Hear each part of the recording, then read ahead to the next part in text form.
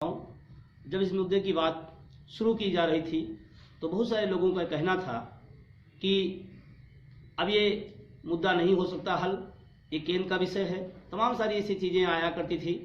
तो जब अटेवा की शुरुआत किया हमारे तमाम साथियों द्वारा विचार विमर्श के बाद, और ये बात है वो 2000 जनवरी 13 की जब स्टार्ट किया गया था, तो हम लोगों ने इसको बीच में ले जाके रखना शुरू किया। और रखने के बाद जब लोगों के बीच में मैं गया तो लोगों ने दो ही बात पर सवाल करते थे और उन सवालों का जवाब उस समय मेरे पास नहीं था। लेकिन जब इस विषय में मैंने अध्ययन किया तो दो तीन चीज़ें को जो सवाल आया करते थे निकले कि केंद्र का विषय नहीं है, केंद्र के कर्मचारियों केंद्र के लिए, राज्य के कर्मचारियों के राज्य के लिए। और उसके बाद फिर ये शिद्दत शुरू हुआ। तमाम सारे कर्मचारी शिक्षक संगठन प्रदेश में हैं, अपने अपने अलग विषयों पर लड़ाई लड़ रहे हैं, अलग अलग विषय है। लेकिन मेरा अपना मानना है कि नौजवानों के लिए सबसे बड़ा मुद्दा पुरानी पेंशन है। और पुरानी पेंशन पे मैं सारे संगठनों के लोगों से मैं निवेदन करता हूं कि ये सबका कॉमन विषय है और इस विषय पर सब लोग एकमत होकर किस लड़ाई को आगे लड़ें। आज अटेवा उत्तर प्रदेश के अंदर शुरू हुआ और शुरू होने के बाद तमाम जगहों पर, कॉलेजों में, कार्यालयों में, सब जगह संपर्क किया गया, विभिन्न विभागों में जाकर संपर्क किया। बस एक ही सवाल होता था कि होगा कैसे। ये बड़ा गजब का सवाल था कि होगा कैसे। लेकिन दोस्तों, मैं आपको बहुत यकीन के साथ कहता हूँ, पिछले 2 साल 2.5 साल का जो सफ़र अटेवा ने तय किया है लाजवाब रहा और शानदार रहा है। और शानदार इसलिए भी कह सकता हूँ कि पहली बार उत्तर प्रदेश के इतिहास में तमाम सारे विभागों की सीमाएं और गुटों के बंधन टूटे हैं। इसके लिए मैं पूरे नौजवान साथियों को बहुत बहुत बधाई देता हूं। इसलिए बधाई देता हूं कि ये लड़ाई हमसे है और हमारी अपनी भी है, लेकिन हमारे आने वाली पीढ़ी की भी है। इसलिए इस लड़ाई को लड़ना है। और मैं इसके बाद भी तमाम सफलतम कार्यक्रम अटेवा ने किया है, उसमें बहुत सारे लोगों ने साथ दिया है, बहुत सारे संगठनों ने दिया है। मैं सबका साधुवाद देता हूँ। जो लोग अभी संशय में है संगठन के लोग कि हमारा कोई समानांतर संगठन है अटेवा, तो मैं बहुत स्पष्ट क्लियर कर देना चाहता हूं कि अटेवा किसी का समानांतर संगठन नहीं है। ये एक आंदोलन है और पुरानी पेंशन बहाली के लिए आया है और नौजवानों के सम्मान और सामान की लड़ाई लड़ रहा है। इसमें आप सबका सहयोग मैं चाहता हूं। दूसरी बात, आज आपको जानकर खुशी होगी कि पिछले जब 7 दिसंबर को हम लोगों ने विधानसभा घेरा था तो बहुत कुछ शासन दबाव में था, प्रेशर में था, लेकिन दुर्भाग्यवश प्रशासन की गलती से लाठीचार्ज हुआ। हमारे एक साथी रामाशीष जी शहीद हो गए। आज उनके परिवार से मेरी आज की बात बताऊँ, उनके परिवार से आज मेरी बात हुई और उन लोगों ने एक ही बात पूछते हैं कि आंदोलन कैसे चल रहा है, आंदोलन को और बढ़ाइए। उन्होंने नहीं पूछा कि मेरे रामाशीष जी का क्या हुआ या मेरे परिवार का क्या होगा, कभी सवाल नहीं रहा। और मैं उन परिवार को भी, उस परिवार के इस बड़े दिल के लिए मैं बहुत शुक्रिया और धन्यवाद अदा करता हूं।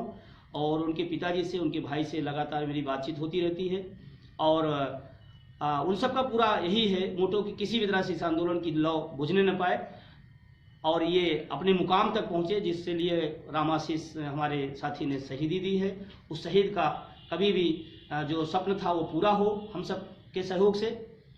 अब इस आंदोलन को उसी संकल्प के साथ मैं लेकर निकला। उत्तर प्रदेश से बाहर निकला। बहुत सारे साथियों से मेरी मुलाकात हुई।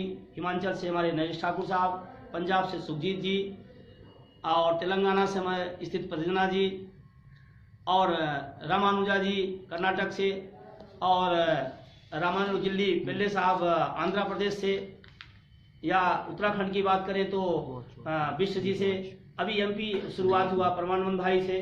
तमाम सारे साथियों का लगातार प्रयास जारी है और आपको बताते हुए मुझे खुशी हो रही है कि ये जो प्रदेश का आंदोलन था, एक प्रदेश का आंदोलन था, आज वो आंदोलन देश भर का हो गया है। और ये देश भर का आंदोलन साथियों आपको देखकर अच्छा लगता होगा कि हाँ आंदोलन बढ़ रहा है। लेकिन एक कसक मेरी जो आपसे है वो मैं जरूर आपसे आज लाइव हो तो कहूँगा कि आपको लगता है कि देखकर कि हाँ पंजाब में चल रहा है, आपका लगता है कि हिमाचल में चल रहा है, आपको लगता है कि एमपी में चल रहा है, दिल्ली में स्टार्ट हो गया, बहुत अच्छा लगता है। लेकिन एक चीज ध्यान रखना है, आपकी भी इसमें भूमिका है, आपकी भी जिम्मेदारी है। आप जहां पर भी हैं, जिस जगह पे हैं, इसके सिपाही बने, इस पेंशन बहाली के सिपाही बने, एक कर्मठ साथी बने और इस आंदोलन में अपनी भूमिका आप तय करें। ये मैं आपसे जरूर अपील करूंगा, अपेक्षा करता हूं कि आप इस आंदोलन में जहां भी हैं, जैसे भी हैं, लेकिन इस आंदोलन को साथ दें। और NMOPS national movement for old pension scheme आज एक बड़ा स्वरूप ले चुका है और तमाम सारे हमारे साथी उसमें तेजी से लगे हुए हैं। रेलवे के बहुत सारे साथी संपर्क में आए। आपको मैं बता दूं, पैरामिलिट्री फोर्स के लोग संपर्क में आए और सारे लोगों ने एक ही बात कहा कि सर इस लड़ाई को लड़े, हम आपके साथ में हैं। अभी 2 दिन पहले की मैं बताऊंगा आपको, मेरे पास एक सैनिक का फोन आया। उस सैनिक ने कहा, सर ये मुझे जानकर बड़ी आश्चर्य हो रहा है कि बॉर्डर पर खड़ा हुआ सैनिक पेंशन नहीं पाएगा और बैठा हुआ घर में एसी रूम में, एसी ऑफिसों में MP MLA एक दिन का पेंशन का हकदार होगा। उसको बहुत टीस हुई। उसने मैं शिमला की एक CD सुनी थी, उस शिमला के CD में हमने बोला था, उसने सुना। उसको सुनने के बाद पता चला कि पहली बार की MP MLA को पेंशन मिलती है और हमें नहीं मिलती है। ये बड़े आश्चर्य में उसने कहा, तो बहुत ही गुस्से में था। और मैं इस बात को माननीय मुख्यमंत्री जी से, प्रधानमंत्री जी से ये कहूंगा कि इस बात को समझें। ये पीड़ा है, ये दर्द है, ये पीड़ा और दर्द कहीं आक्रोश न बन जाए, जो आने वाले टाइम में निश्चित रूप से इसका दूसरा रूप दिखाई पड़े। तो मैं चाहता हूं कि हमारी मांग है और मैं आप सबके माध्यम से माननीय प्रधानमंत्री जी से कहूंगा कि ये आप पुरानी पेंशन व्यवस्था को बहाल करें। और आपके पास एक अच्छा मौका है, हमारे सबके और देश के बड़े नेता माननीय अटल बिहारी वाजपेयी जी ने इस व्यवस्था को पता नहीं क्यों कैसे समझ करके इसको बंद किया।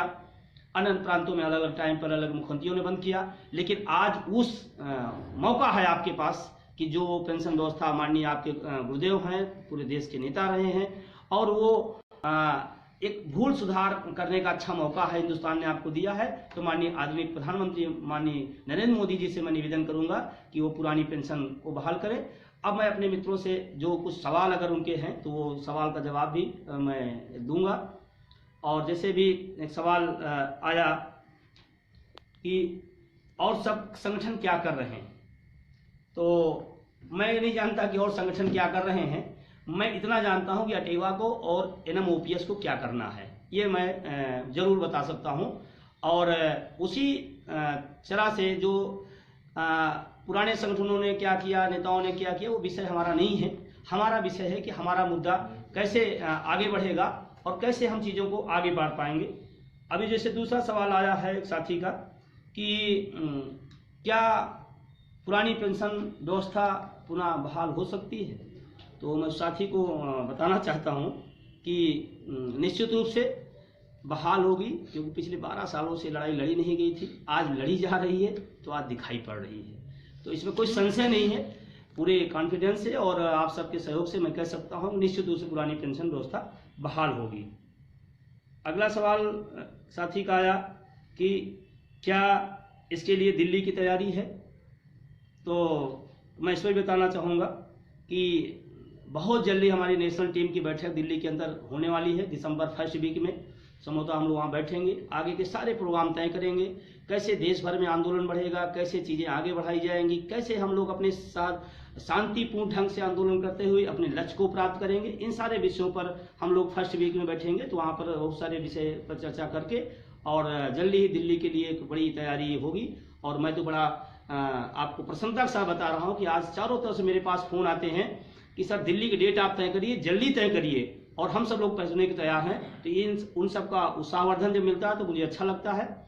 और अगर और कोई सवाल हो या बाद में भी हमसे नंबर हमारा है, आप पूछ सकते हैं। तो एक बार पुनः अपने जितने भी पेंशन विहीन साथियों के अलग अलग जिलों में, अलग अलग ब्लॉकों में, अलग अलग राज्यों में इस आह्वान को सुन रहे हैं, इस आंदोलन को सुन रहे हैं, जान रहे हैं, देख रहे हैं, मैं सबसे निवेदन करूंगा इस आंदोलन में वो लड़ाई में साथ दें। हम लोग निश्चित रूप से जीतेंगे। और आप सब मेरे अगर कोई और सवाल व्यक्तिगत तो आप पूछ सकते हैं। 9415361543 आपका विजय कुमार बंधु, राष्ट्रीय अध्यक्ष पुरानी पेंशन बहाली राष्ट्रीय अभियान। जय युवा, जय अटेवा, NMOPS जिंदाबाद, पुरानी पेंशन जिंदाबाद।